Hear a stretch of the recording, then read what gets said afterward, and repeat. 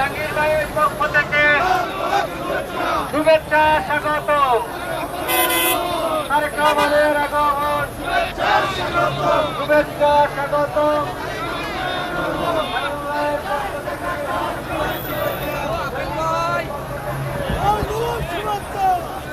Apple করে pant গুলো সারা বাংলাদেশ জুড়ে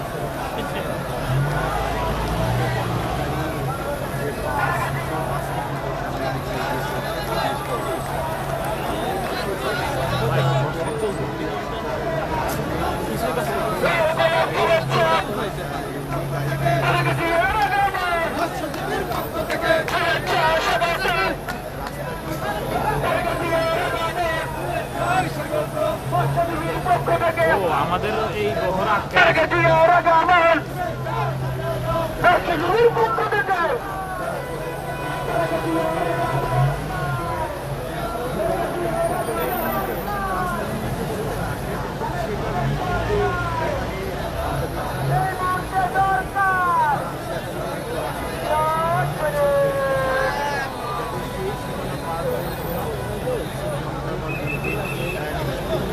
যাতে করে এই রাস্তার মাঝখানে আসতে না পারেন। আপনারা দেখছেন যে আমাদের সামনে যে গাড়িগুলো রয়েছে সেই গাড়িগুলো অধিকাংশই পুলিশ আলিমুল ভাই এতক্ষণ পরে ডিসিশন গাড়ি রয়েছে যার অধিকাংশই আস্তে আস্তে করে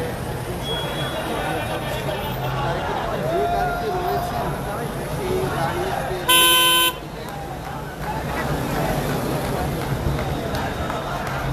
এবং আরও একটি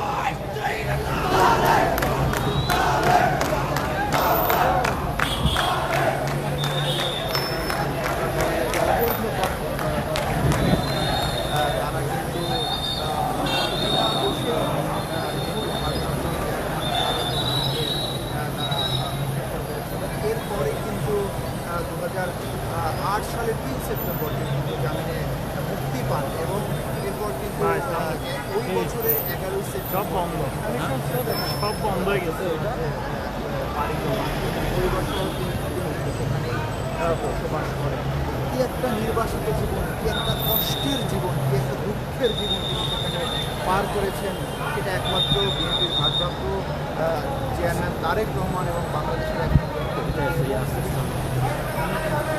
কারণ দেশের মাটির যে একটা টান, দেশের মাটির যে একটা টান, দেশের মাটির যে একটা সুখ, সেইটা থেকে কিন্তু সেই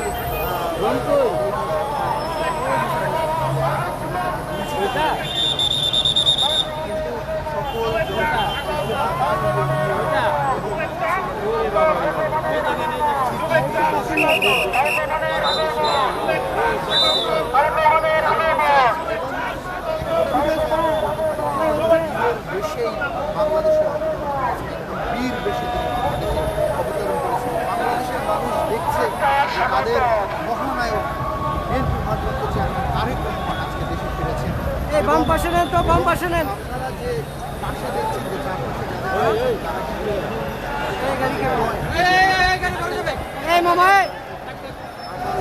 না না, আমরা জনগণের ফুটেজ পাচ্ছি না। অনেকে বলেন, বিকি ভাই বলেন তো, আমরা ঢুকবো।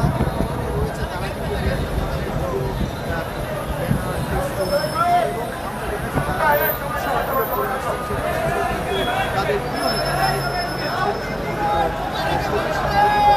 তারা কিন্তু স্লোগানে একটু মুখর করে রেখেছেন। কারো হাতে আমরা দেখছি যে ধানের শীষ, এটা তো বারবার সামনে এসে পড়ে। শীষ নিয়ে এসেছেন এবং তারা কিন্তু হাত নাড়িয়ে নাড়িয়ে তাদের অভিবাদন জানিয়েছেন এবং দোকান বামে দোকান তাদেরকে নেতা তারেক রহমান দোকান হাত নাড়িয়ে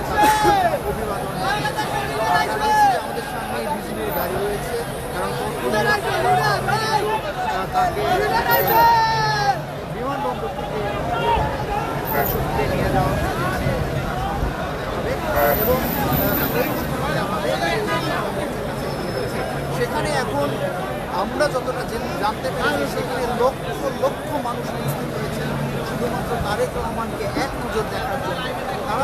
তারা শুধু অপেক্ষা করছেন যে কেন এখনও 300 ফুটে গাড়ি প্রবেশ করছে না, কেন তারা এখন পর্যন্ত তাদের প্রিয় নেতার মুখে দেখতে পাচ্ছে না, তারা কেন তাদের প্রিয় নেতা তাদেরকে হাত নাড়িয়ে অভিবাদন জানাবে সেটার অপেক্ষা করছেন।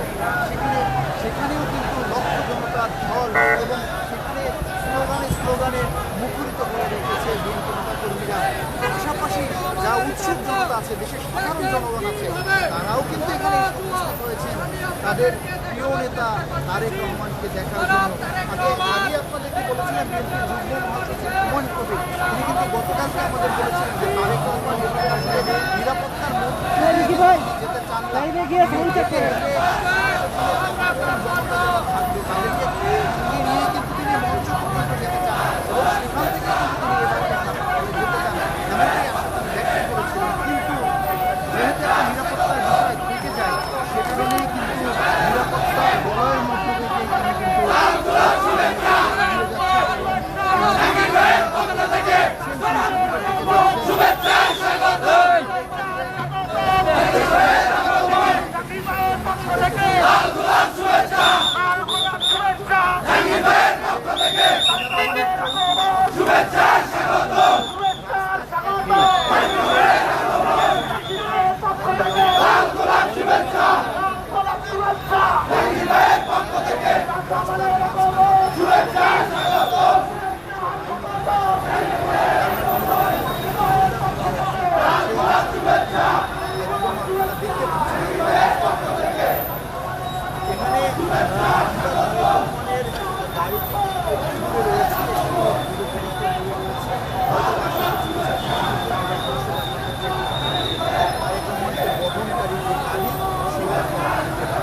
লাল রঙের গাড়ি কিছুতে চলছে এবং সেই গাড়ি সবার আগে এবং সেই কথাটি কিন্তু তারেক রহমান বলেছেন, তার মুখ নিঃসৃত বাণী কিন্তু সবার আগে বাংলাদেশ, সেই স্লোগানকে সামনে নিয়ে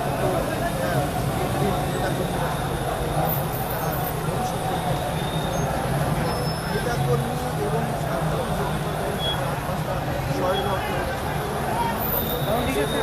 তখন কিন্তু হাজার হাজার নেতাকর্মী তারেক রহমানকে এক নজর দেখার জন্য এবং তাদের